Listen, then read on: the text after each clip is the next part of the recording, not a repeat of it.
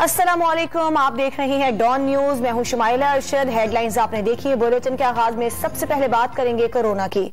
मुल्क भर में कोरोना के नए केसेस की तादाद और मुस्बत केसेस की शरह मजीद कम हो गई है। एनसीओसी के मुताबिक जुम्मे को 56,000 से ज्यादा मुश्तबा मरीजों के कोरोना टेस्ट किए गए।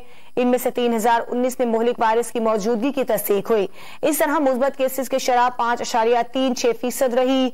अस्पतालों में दाखिल 1,640 मरीजों की हालत तशवीशनाक है। मुल्क भर में कोरोना के नए केसेस की तादाद और मुस्बत केसेस की शरह मजीद कम हो गई है। एनसीओसी के मुताबिक जुम्मे को 56,000 से ज्यादा मुश्तबा मरीजों के कोरोना टेस्ट किए गए। इनमें से 3,019 में मुहलिक वायरस की मौजूदगी की तस्दीक हुई।